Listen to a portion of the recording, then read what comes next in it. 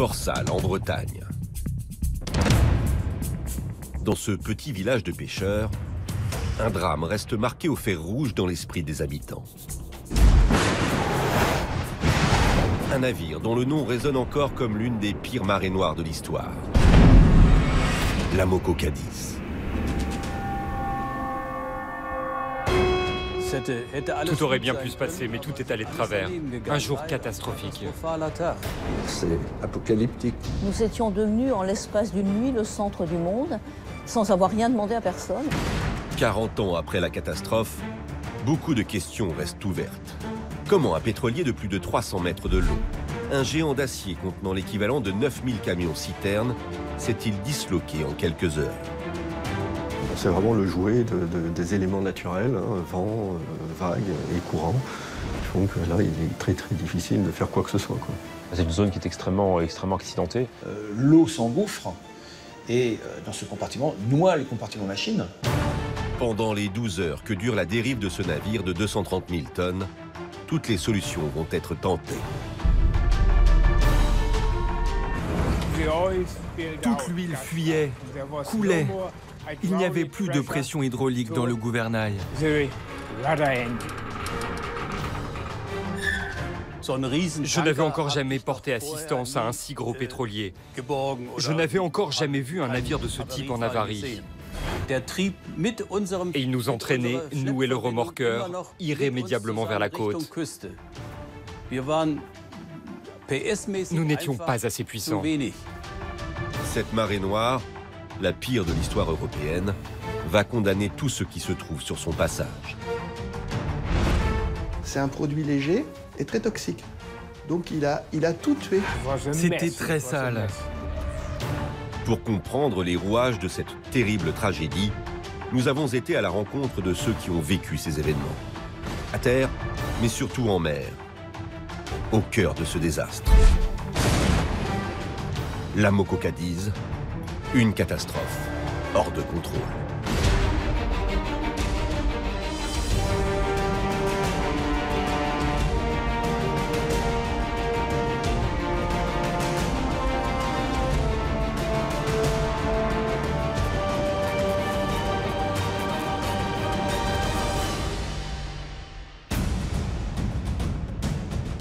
Un pétrolier échoué sur les récifs de la Bretagne Nord est en train de polluer à une vitesse grand V les côtes françaises. Ce navire, l'Amoco Cadiz, s'est brisé cette nuit sur les terribles roches de Port-Salle. Mars 1978, au large de la Bretagne. C'est une scène de désolation à laquelle assistent marins, habitants des environs et journalistes. Suite à une avarie, un monstre des mers, un super pétrolier, est en train de déverser sa cargaison. Près de 219 millions de litres de pétrole, l'équivalent de 9000 camions-citernes, qui risquent de recouvrir les côtes bretonnes et de tuer tous les animaux présents sur son passage. Pour comprendre ce qu'il s'est passé et comment une telle catastrophe a pu se déclencher, il faut revenir un mois plus tôt.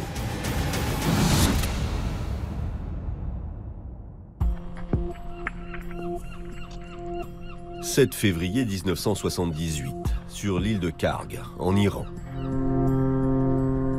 Un géant des mers est sur le départ.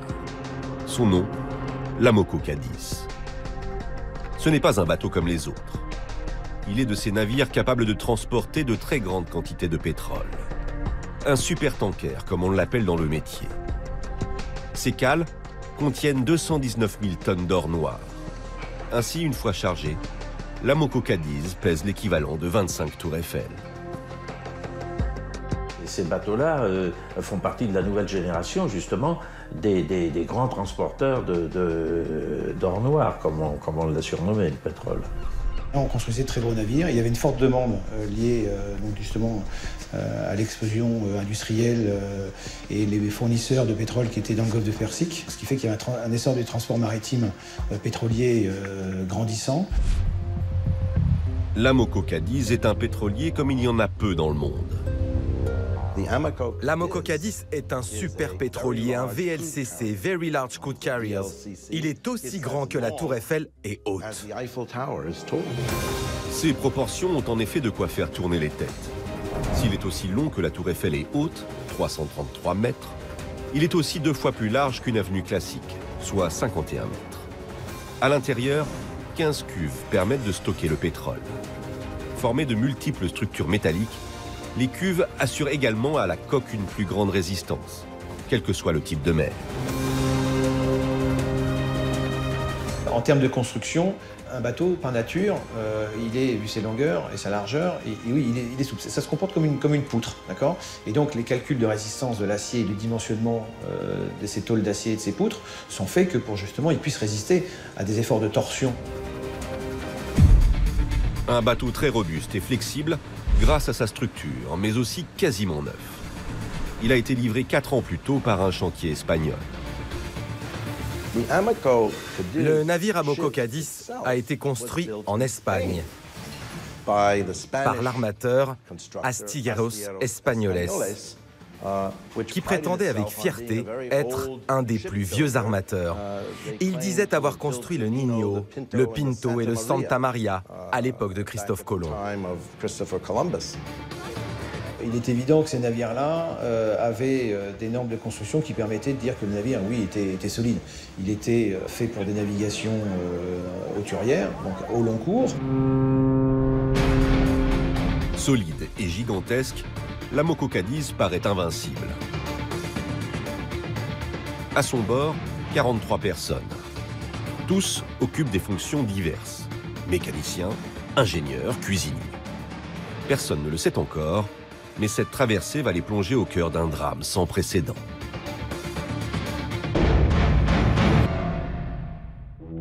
Ce mardi 7 février, le géant des mers prend le large.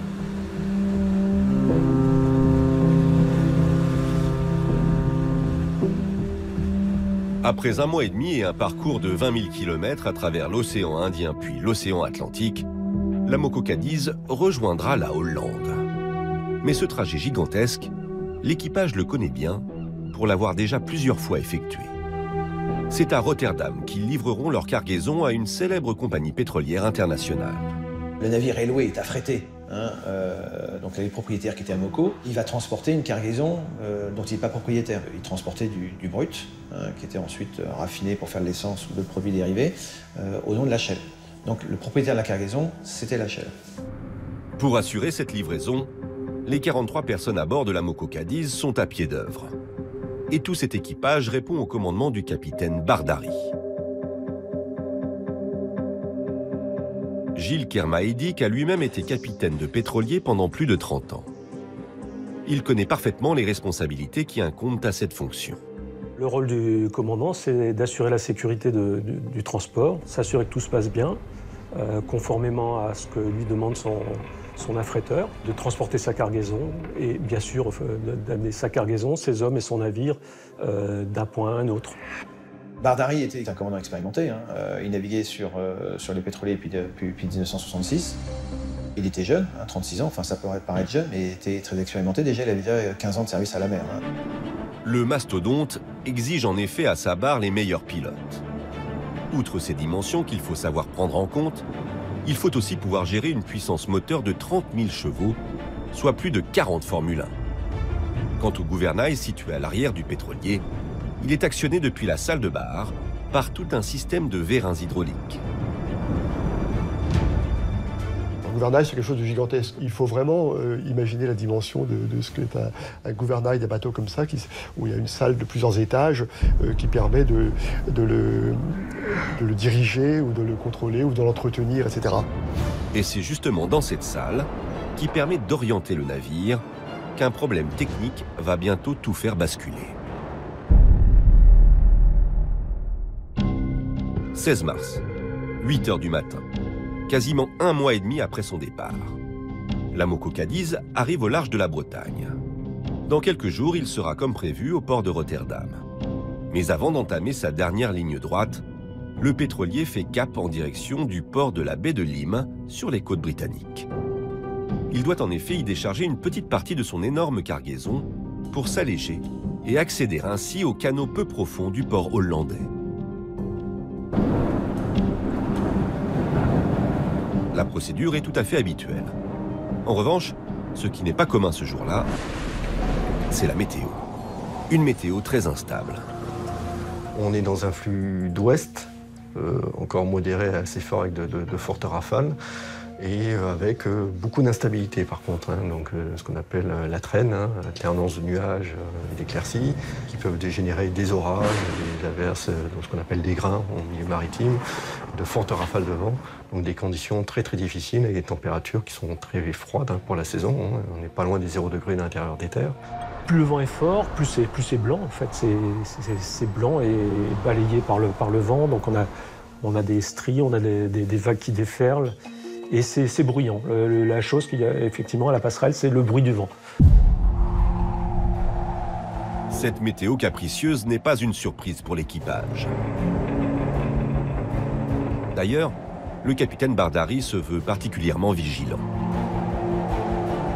Le commandant était soucieux, était préoccupé par ce gros temps. Il sait très bien, puisqu'il avait l'habitude de faire ce voyage assez régulièrement, il sait très bien qu'en rentrant en Manche, il retrouverait une mer grosse, que les bulletins météo qu'il avait à sa disposition annonçaient en plus de ça du gros temps. Non seulement la météo est capricieuse, mais la côte est aussi réputée pour son relief très accidenté. Il y a des expressions que l'on apprend en France. Qui voit Molène voit sa peine. Qui voit Ouessant voit son sang. Si vous êtes un des navires qui est trop près de ces îles, vous êtes en danger. À cause de quoi? Des roches cachées. C'est un endroit dangereux. Il y a un courant très fort dans cette zone, dans le passage, que ce soit dans un sens ou dans l'autre. Vous avez la houle, le vent et les tempêtes, il se passait toujours quelque chose. C'est parce que la zone est dangereuse qu'une procédure de sécurité a été mise en place. On l'appelle voie montante. Cette route nautique oblige les bateaux à respecter des distances de sécurité et à se tenir éloignés des rochers de la côte, particulièrement nombreux dans la zone. La voie montante à l'époque passe à 5000 de la côte, hein, ce qui fait à peu près 9 km, donc c'est très proche. Le navire, comme tous les autres qui passent au large de l'île d'Ouessant, est d'ailleurs visible depuis la terre. Marguerite Lamour, qui a grandi sur la côte bretonne, se souvient d'observer le trafic des pétroliers au large. Il était coutume, oui, de voir passer des tankers pas très loin, à quelques encablures du littoral. À l'époque, il y a 40 ans, cela faisait partie du paysage. Sans parler d'une certaine fatalité, il y avait une habitude à voir passer les bateaux au large. Aucune inquiétude donc. Dans une vingtaine d'heures, la Moco Cadiz devrait accoster comme prévu dans le port de la baie de Lyme.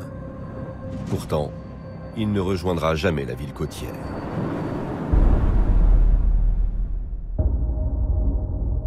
« 9h45. La Moco Cadiz navigue sur la voie montante à une vitesse de 8 nœuds, soit 15 km/h. Il vient de laisser l'île d'Ouessant à tribord, sur sa droite, quand soudain tout bascule. Le Barros s'aperçoit que ça ne répond plus. Il essaie de gouverner son bateau en suivant une certaine route.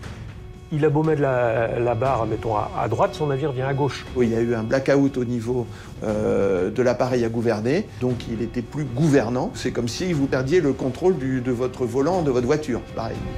Si le barreur s'aperçoit immédiatement du dysfonctionnement, il y a aussi une série d'alarmes sonores et visuelles qui alertent le reste de l'équipage. La procédure en cas d'avarie est bien définie. C'est au commandant de prendre les décisions d'urgence. Bardari n'est plus maître de la trajectoire de son navire. Il donne l'ordre immédiatement d'arrêter. Rien ne sert alors de jeter l'ancre. En cas de tempête et sur des fonds rocheux, elle n'est d'aucune aide pour immobiliser le navire. Sans propulsion, le pétrolier est hors de contrôle. Il est à la merci de la mer et du vent. Il roule. C'est-à-dire qu'il est ballotté à gauche et à droite. Sa position est travers à la houle. Cela signifie qu'il est secoué par les vagues qui le frappent sur son flanc. La Moco devient le jouet des éléments. Le navire stoppe, il est à la dérive. Alors certes, il se met à sa position d'équilibre, c'est-à-dire travers à la houle, donc qui fait qu'effectivement ça l'amène vers les côtes.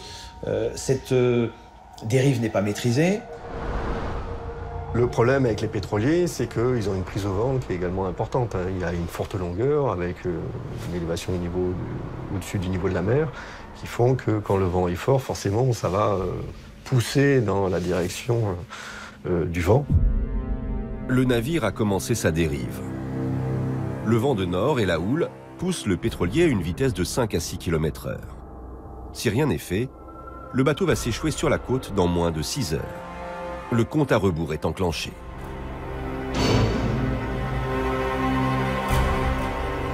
Pourtant, à bord, on pense encore pouvoir réparer la Moko Cadiz. En cas de panne, la procédure est habituelle. Le capitaine Bardari lance un simple message d'avertissement aux autres bateaux en mer. Son but, qu'aucun navire ne s'approche. C'est un message de sûreté qui indique aux bateaux alentours que vous avez un problème, que vous êtes en train de dériver. Capté en mer, le message de la Moko Cadiz est aussi reçu sur la côte par Radio Conquet. Cette station est un relais qui établit les liaisons entre les marins au large et leurs interlocuteurs à terre. Jean-Pierre Clochon est en poste le 16 mars 1978. Il se souvient encore du message envoyé par le pétrolier. A8AN, son indicatif radio, il est resté gravé à la mémoire. Il n'y avait que la fin du message parce qu'il y a eu du brouillage sur les fréquences, sans doute, sur la fréquence. Un message disant qu'un pétrolier, disant qu'il avait un problème. Il ne demandait pas assistance, c'est sûr, mais qu'il demandait à tous les navires qui allaient le rencontrer de surtout ne pas s'approcher parce qu'il n'était pas complètement maître de sa manœuvre. Voilà. Le navire contient 219 000 tonnes de pétrole. Une dérive trop près de la côte pourrait s'avérer catastrophique. Mais à cet instant, personne à terre ne semble s'inquiéter du sort de la Moko. Il y a toujours sur le rail d'Ouessant au-delà des bateaux qui ont des problèmes, qui passent des messages du même genre, et une heure après, c'est réparé et ils refont route, quoi. Mais l'avarie qui apparaît pour l'instant comme une simple panne va se révéler bien plus grave. 10h30. Alors que la radio continue à émettre le message d'avertissement, les techniciens de la Moko Cadiz se mettent immédiatement à la tâche pour identifier le problème. À cet instant, leur principale inquiétude n'est pas un éventuel naufrage, mais le retard que risque de subir la livraison de leur précieuse cargaison. Une avarie de barre, c'est bien ce qu'il y a pratiquement de pire sur un navire avec la perte de puissance, perte de propulsion. Mais donc le bateau est quasiment ingouvernable. Il y a des contraintes commerciales, c'est sûr.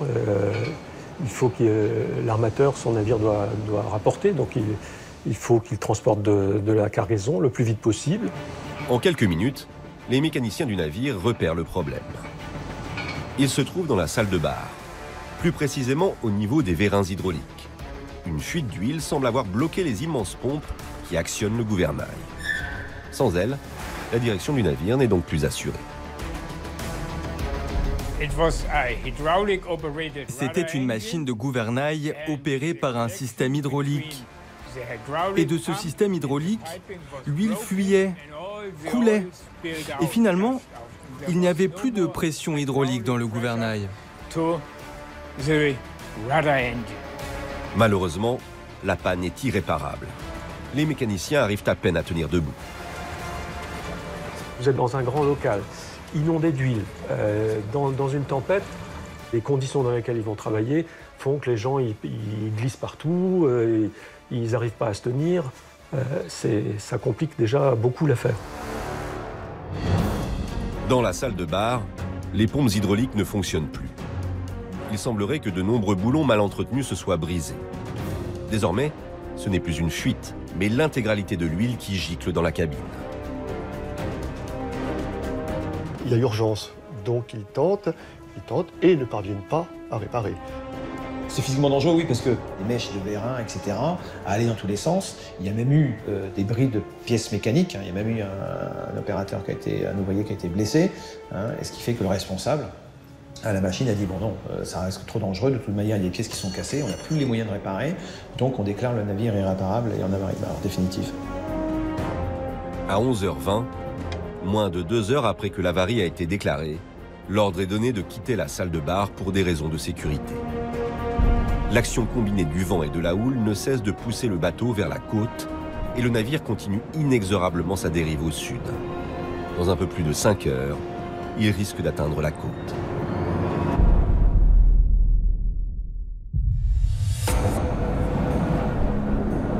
À situation d'urgence, mesure d'urgence. Le capitaine Bardari comprend qu'il ne peut plus rien faire pour son navire. Il a besoin rapidement d'une assistance extérieure. Le message de sécurité, d'abord diffusé par le pétrolier, devient un appel à l'aide. La Moko Cadiz demande l'intervention d'un remorqueur. À bord, on comprend le risque que représenterait un accident pour la côte.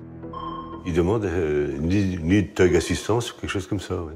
Ça a une importance pas pour la station côtière, mais pour le moyen de secours. Si vous avez un pétrolier de 300 000 tonnes, mais qui est vide, un pétrolier de 300 000 tonnes qui est plein, pour le remorqueur, c'est pas le même effort de remorquage. Ces remorqueurs que l'on appelle à l'aide sont équipés pour intervenir en mer dans les conditions les plus dangereuses. Ils sont capables de tirer les bateaux ou d'empêcher leur dérive.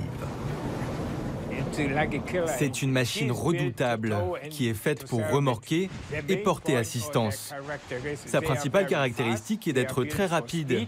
Il est construit pour la vitesse et pour tirer et être capable de rester en mer par mauvais temps. Par chance, un remorqueur allemand, le Pacific, se trouve à 13 000, soit 21 km seulement de la Moko Cadiz. Quand il y a ce type de tempête, les remorqueurs sont aux aguets. Alors, on ne va pas, surtout pas les qualifier d'oiseaux de proie, même si en partie, c'est pas faux. C'est-à-dire que c'est aussi leur gagne-pain que de remorquer des bateaux en difficulté. Or, plus le temps est mauvais, plus il y a de risques, pas dire de chance, mais de risques qu'un bateau soit en difficulté. Donc, il faut être les premiers sur place. Il est 11h28 quand le Pacifique commence à faire route à pleine puissance en direction du pétrolier. Très vite, les responsables du remorqueur allemand, basé à Hambourg, s'aperçoivent que le Pacifique ne suffira pas pour empêcher le pétrolier de dériver. Le remorqueur a en effet une puissance de 10 000 chevaux, insuffisante pour tirer ce colosse à la dérive. Un deuxième remorqueur, le Simpson, est alors appelé à la rescousse depuis l'Allemagne. Mais le Simpson est lui situé à plus de 10 heures de là, dans la région de Cherbourg. En attendant, le Pacifique qui arrive sur zone va devoir faire face à une situation particulièrement compliquée. Seul, même s'il n'est pas assez puissant, il va devoir agir au mieux pour freiner la dérive. Il est bientôt midi, et l'équipage de la Moko Cadiz est inquiet. Ils ont 2 heures de retard sur leur plan initial. La dérive les éloigne de la baie de Lyme, où ils sont attendus pour décharger une partie du pétrole. Sans gouvernail, ils sont à la merci des éléments. Le courant et les vents les poussent vers la côte. Le risque n'est plus seulement de ne pas être dans les temps pour la livraison du chargement. Les hommes ont désormais peur de s'échouer. À 12h26, soit 1 heure précisément après la diffusion du message d'assistance, le Pacifique arrive à proximité de la Moko Cadiz. Pour l'équipage du remorqueur, c'est une vision saisissante. Je n'avais encore jamais porté assistance à un si gros pétrolier. Je n'avais encore jamais vu un navire de ce type en avarie. Et puis le temps était très mauvais. Il roulait beaucoup, c'est vrai. Qu'un si gros navire puisse tout simplement rouler de cette façon, c'était vraiment très préoccupant.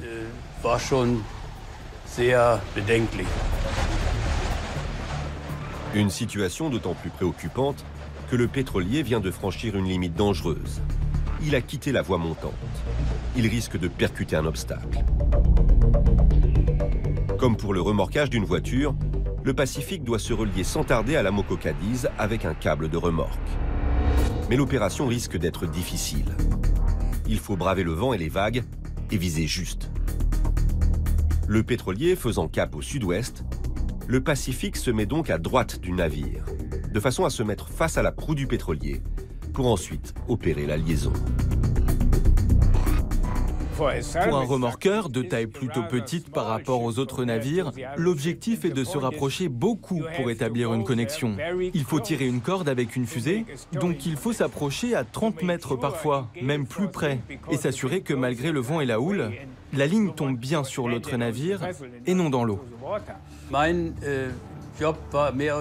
Mon rôle, plus ou moins, était pendant les phases de remorquage ou les tentatives de remorquage, de m'occuper du treuil de la remorque. Le capitaine me donnait les ordres. Maintenant, relâchez la ligne, ou bien arrêtez, allongez, etc. Normalement, c'est le premier officier qui s'en charge.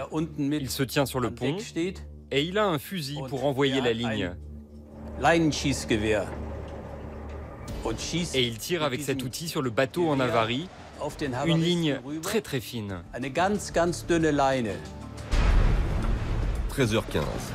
Le coup de fusil est donné. Si personne n'a pu filmer la scène à l'époque, cette vidéo est à l'image de ce qu'il s'est passé. Par chance, le câble qui tombe sur le pont de la Moko Cadiz est récupéré par les marins. Première tentative réussie.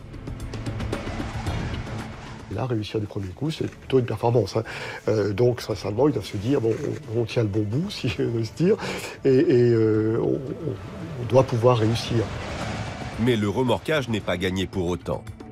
Il est 14h07 et l'on commence à dérouler le câble de traction. Une opération difficile.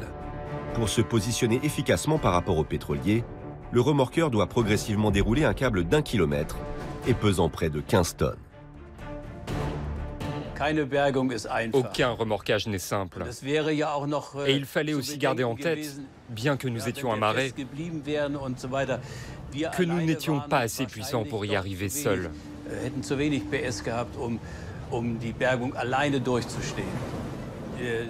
La marée et la houle poussaient vers la côte si fort que nous n'arrivions pas à retenir le bateau.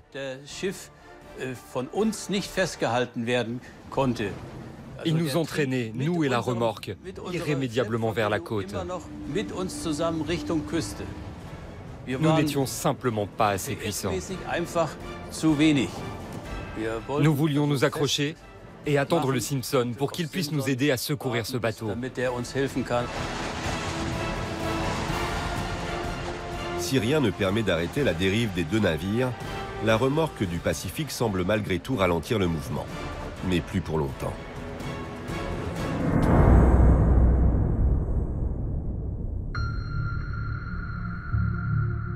Il est 16 h. Depuis que l'avarie est déclarée, le pétrolier a dérivé de 9000, soit 16 km vers le sud-est.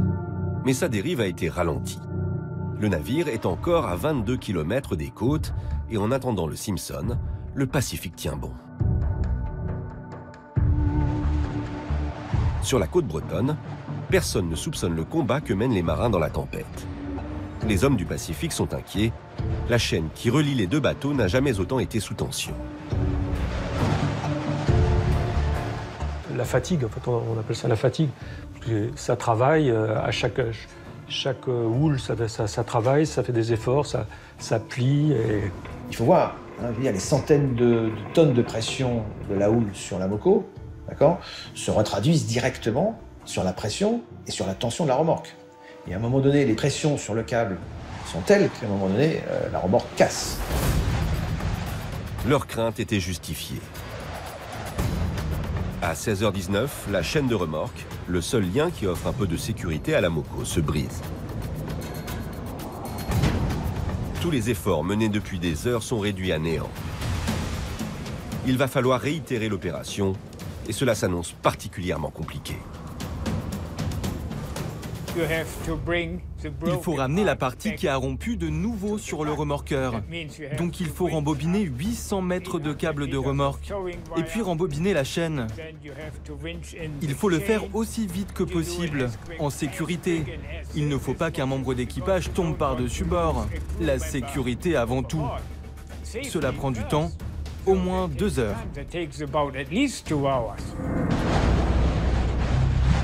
De précieuses heures perdues, pendant lesquelles le jour décline. Et comme si cela ne suffisait pas, le vent bascule progressivement au sud-est, poussant clairement la Moko Cadiz vers la côte, entre le four et l'Aberwrack. L'angoisse est palpable pour les 43 personnes à bord de la Moko. La dérive les mène droit à la côte, et cette fois, c'est leur vie qui est en danger. Pour le capitaine Bardari, la situation devient critique. Vous imaginez une tempête, hein, des opérateurs qui se font mouiller à la passerelle en train de faire une opération dont on n'a pas l'habitude. Imaginez aussi également le stress dans lequel est le commandant, qui est responsable de toutes ces opérations-là, qui lui est complètement focalisé par l'absence de résultats de ce remorquage-là. Et lui, déjà, il imagine, sans s'y projeter, mais déjà, il imagine que si ça ne marche pas, il va s'échouer.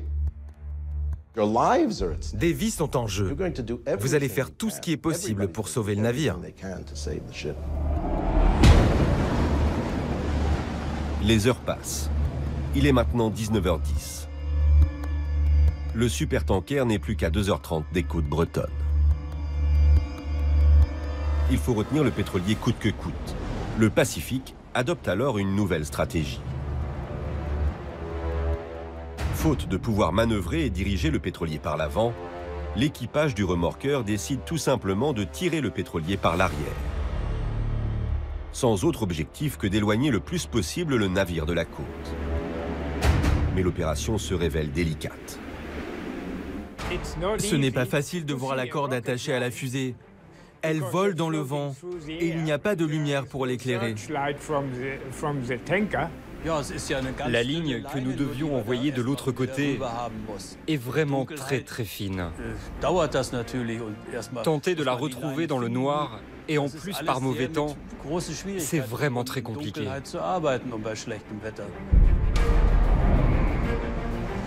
À présent, les navires sont à une quinzaine de kilomètres à peine de Port-Salle, un petit village de pêcheurs. Le relief du littoral y est particulièrement accidenté. Les roches de Port-Salle, c'est quelque chose d'assez de connu. Hein. C'est un coin particulièrement mal pavé, quoi, hein, avec effectivement beaucoup de courants. C'est une zone qui est extrêmement accidentée. C'est une zone dans laquelle le risque d'échouement est quasiment permanent pour qui ne dispose pas des cartes à bonne échelle et pour qui s'approche un peu trop près de la côte. Oui. La Moko Cadiz dérive au gré des vagues et de la houle. Le remorqueur Pacifique tente toujours de se connecter à lui pour le secourir. Je ne sais plus combien de fois on a essayé d'envoyer la ligne. À 19h55, à la 4e tentative, la ligne du remorqueur est finalement rattrapée par la Moko Cadiz. Nous étions très heureux d'y être arrivés pour la seconde fois. Et nous pensions bien entendu avoir la chance de tenir la ligne suffisamment longtemps et empêcher le bateau de dériver vers la côte, jusqu'à ce que l'autre remorqueur arrive enfin, jusqu'à ce que le Simpson arrive. Alors que les lumières de Port-Salle se distinguent de plus en plus clairement, le capitaine Bardari donne ordre pour la première fois de mouiller l'ancre, c'est-à-dire de faire descendre l'ancre au fond de l'eau. Il veut essayer de freiner par tous les moyens la dérive. Il pourrait ainsi gagner plus de temps en attendant l'arrivée du Simpson. La tentative est désespérée. Elle ne parvient pas à ralentir le bateau pris dans la tempête. À 20h55, tout est en place et la Moko commence à être mise en traction. Personne ne le sait, mais le destin du pétrolier est lui déjà scellé. 21h04. Malgré l'effort des deux équipages, la Moko continue de dériver. Il n'est plus qu'à 6 km de Port-Salle. Il frôle alors une bouée indiquant habituellement aux marins la proximité du port et la dérive se poursuit. Lorsque soudain, un choc violent secoue le pétrolier.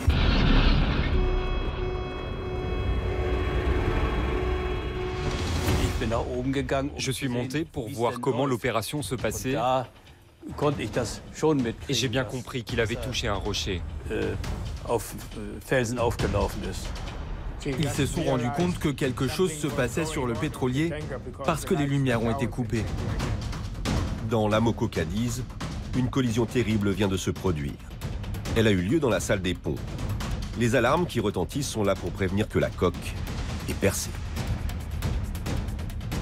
Imaginez une brèche avec un rocher de plusieurs mètres de section, hein, puisque ça se trouve sous la ligne de flottaison, l'eau s'engouffre et dans ce compartiment noie le compartiment machine, d'accord, et le potentiel d'inondation de ce local revient à ce que l'eau monte jusqu'au niveau de la flottaison.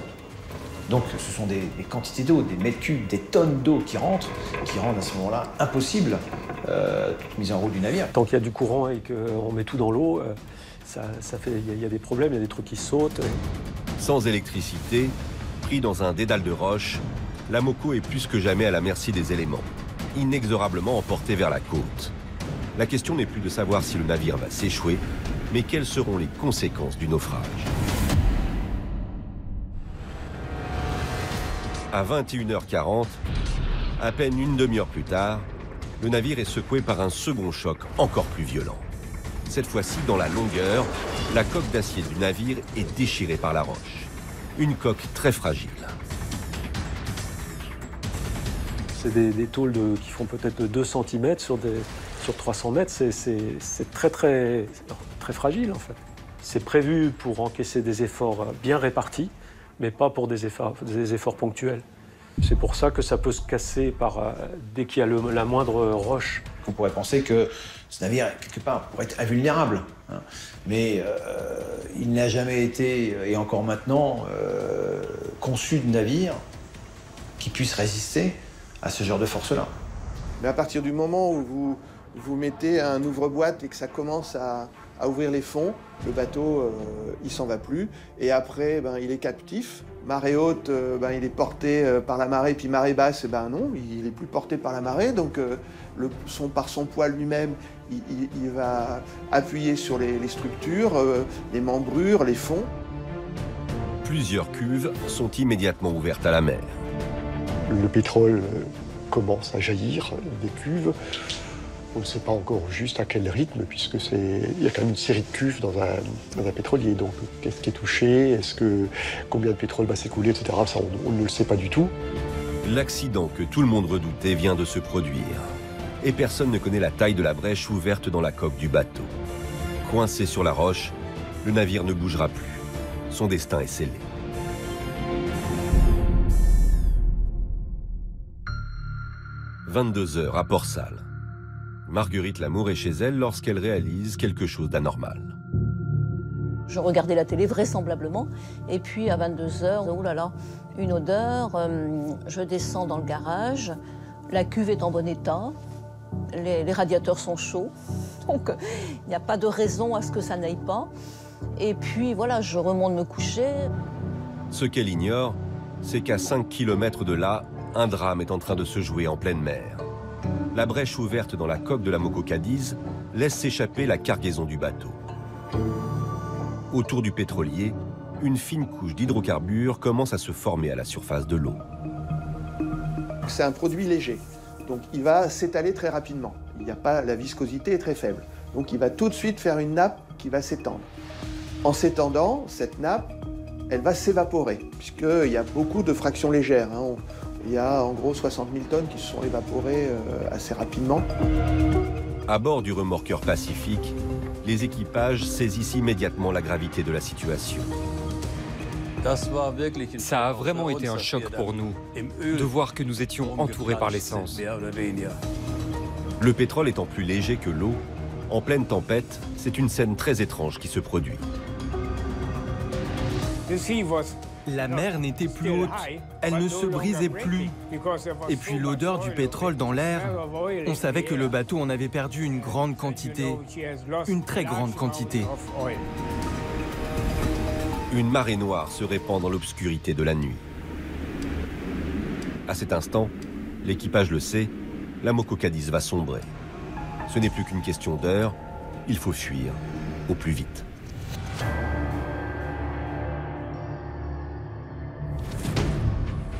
Il n'y a plus rien à faire pour le pétrolier.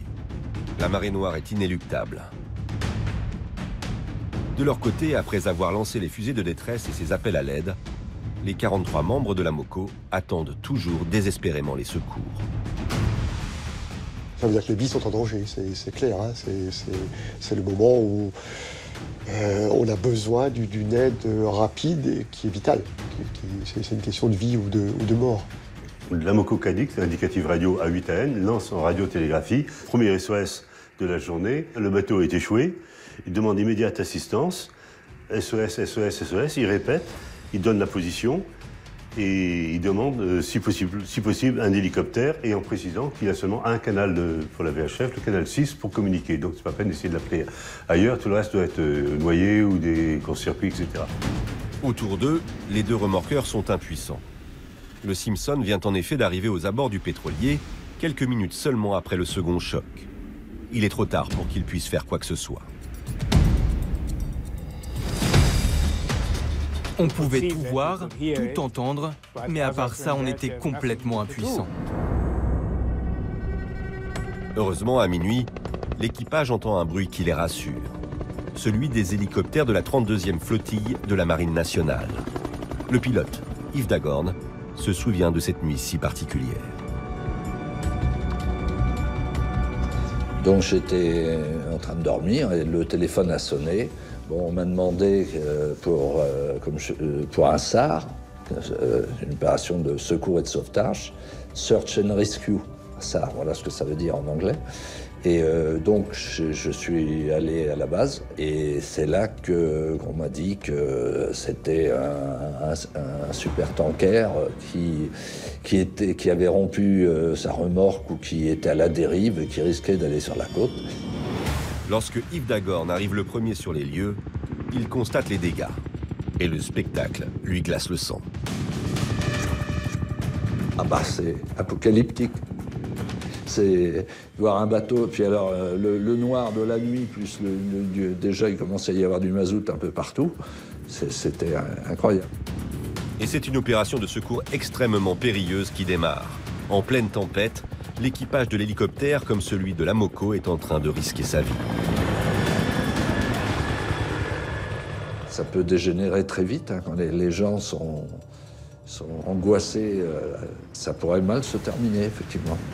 Nous avons vu que l'équipage était élitreillé. Au moins, ils étaient en sécurité. On voyait les gens soulevés, qui pendaient en l'air, voler dans le vent.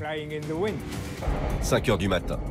Après de longues heures à secourir l'équipage, le commandant Bardari est le dernier à quitter le navire, laissant son géant des mers déverser des milliers de tonnes de pétrole.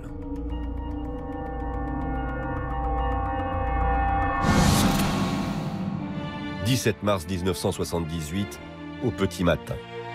Les habitants de Port-Salle se réveillent dans la stupeur. À seulement quelques centaines de mètres des côtes, un pétrolier s'est échoué. L'image, quand on a vu le pétrolier, là, incroyable, quoi. Incroyable, c'est comme s'il voulait rentrer dans la plage. C'était un monstre.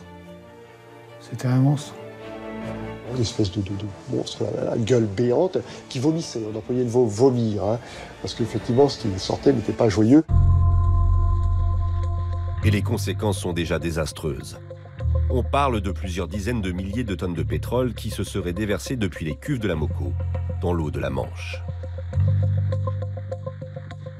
L'huile, donc plus légère, fait une couche en surface qui est plus visqueuse et donc qui atténue les mouvements de la mer. Là, vous aviez une couche sur des centaines de kilomètres carrés. La mer ne déferle plus.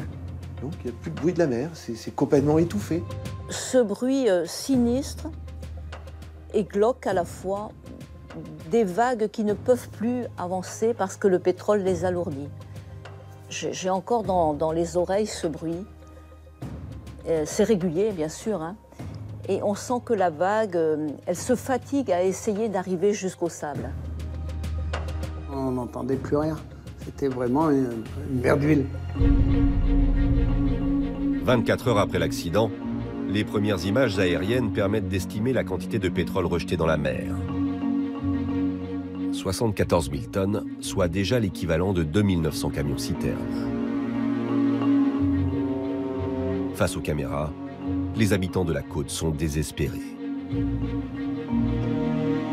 n'y aura plus rien du tout, la baie sera morte, la mer sera morte, les huîtres seront mortes, tout sera mort. C'est une catastrophe, c'est une honte. Les animaux sont les premières victimes de la catastrophe et les habitants des environs savent que ce n'est qu'un début. c'est venu non seulement scotcher les rochers, mais au niveau des sédiments plus ou moins fins, hein, quelle que soit la granulométrie, c'est venu pénétrer dans le sédiment et tuer tous les animaux qui étaient dans le sédiment. Et c'est ça qui a créé cet impact terrible. Mais comment on va faire? Qu'est-ce qu'on va devenir, surtout? Jamais on ne pêchera plus un poisson, jamais il y aura une algue qui va pousser, jamais... Ah, c'est une vision de mort, oui, c'est complètement mortifère, oui. Et puis même, les gens vont employer... Les gens sont accablés, quoi. Et ils vont employer souvent, on va souvent voir le terme de viol. Hein. C'est vécu comme un viol, quoi. C'est quelque chose d'absolument inacceptable. Que faire pour stopper l'hémorragie? Vissée à la roche, l'épave se disloque progressivement. Vents forts et marées ne vont rien arranger et déstructurer le navire.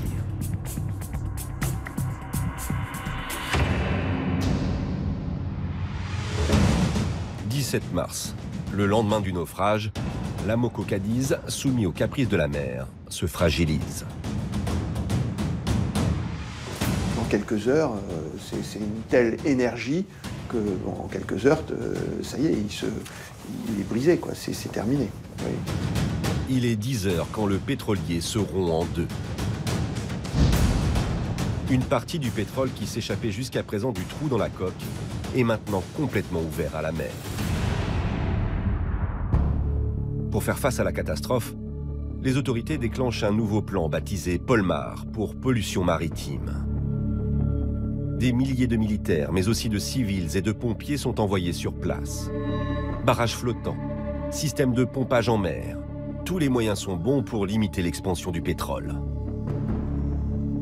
Les images d'oiseaux mazoutés déclenchent aussi un élan d'indignation et de solidarité à travers toute une partie de l'Europe. Nous étions devenus, en l'espace d'une nuit, le centre du monde, sans avoir rien demandé à personne, en fait. Et nous n'avions pas les moyens de gérer tout ce qui nous arrivait.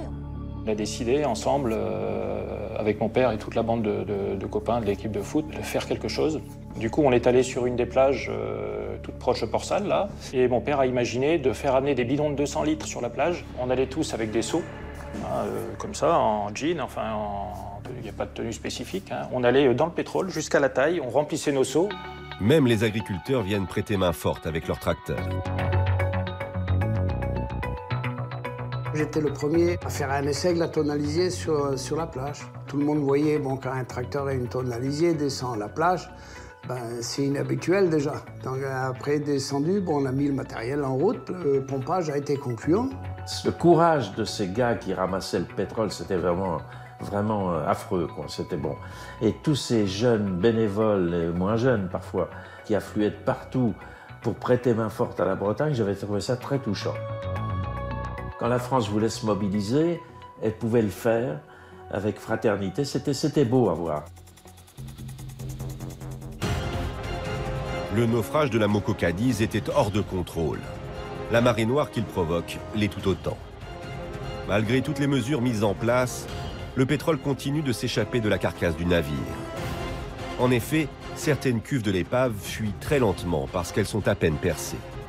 Les autorités prennent une mesure radicale pour mettre un point d'arrêt final à cette situation.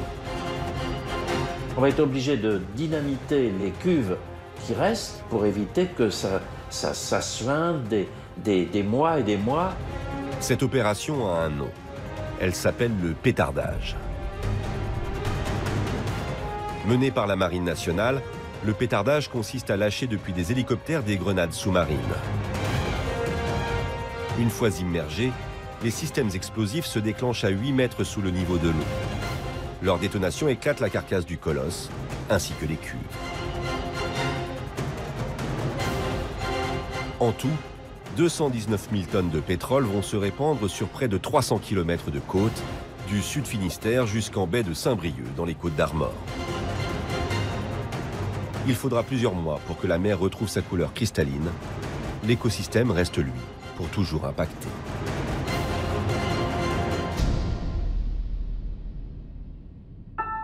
L'Amoco Cadiz, c'est aussi l'histoire d'un procès de 14 ans. Celui qui réunira les Bretons contre Amoco International, la compagnie détentrice du navire. C'était un peu le combat du pot de terre contre le pot de fer, David contre Goliath, hein, il y a eu tous les termes employés. À l'issue du procès, l'enquête mettra en lumière des défaillances de contrôle. Depuis quelques années, l'entreprise Amoco n'assurait pas les vérifications réglementaires sur certaines parties du bateau, notamment du gouvernail. Une négligence de la société qui l'obligera à verser l'équivalent de 34 millions d'euros de dédommagement aux communes touchées par la marée noire. Mais bien plus que les sommes versées par les responsables, c'est la réglementation maritime qui a changé depuis. Pour une catastrophe, pour faire évoluer la réglementation. Et dans le domaine, surtout dans le domaine maritime, on attend souvent une catastrophe de ce style-là pour faire avancer la réglementation. Parce que c'est une preuve évidente qu'il y a un dysfonctionnement. Il y a deux objectifs dans le système qui a été adopté. Premier objectif vise à éloigner le trafic de la côte, afin de se donner du temps pour réagir. Le temps, il en a manqué au moment de l'Amoco. On est passé d'un transit à 5 000 de la côte à un transit maintenant à 25 000, donc ce qui laisse plus de temps. Le préfet maritime peut désormais imposer au capitaine de navire l'intervention d'un remorqueur. Et plus de risque qu'un navire d'assistance ne soit pas disponible. Un bateau affrété à l'année au port de Brest, l'Abeille Bourbon, peut également intervenir à tout moment en cas de danger. C'est donner les moyens aujourd'hui de limiter au maximum le risque qu'un tel événement se reproduise. Malheureusement, la mer est toujours la plus forte. Aujourd'hui, la catastrophe de l'Amoco Cadiz, la pire marée noire de l'histoire européenne, est toujours vécue comme un traumatisme par ceux qui l'ont connue. La page n'a jamais tourné. Il ne faut pas rêver non plus. Je pense que l'Amoco restera toujours l'Amoco à Port-Salut et on n'y peut rien. Hein. Mais presque tous les jours, j'y pense à l'Amoco. L'Amoco a permis vraisemblablement aussi de démontrer qu'il faut rester humble. La mer, c'est une grande dame. Et c'est elle qui décide, en fait. Donc, oui, une leçon d'humilité. Moi, j'en retire une leçon d'humilité. Si le naufrage de l'Amoco Cadiz n'a fait aucune victime humaine, il a lourdement condamné une partie du littoral breton. Pour tous, il restera à jamais une catastrophe hors de contrôle.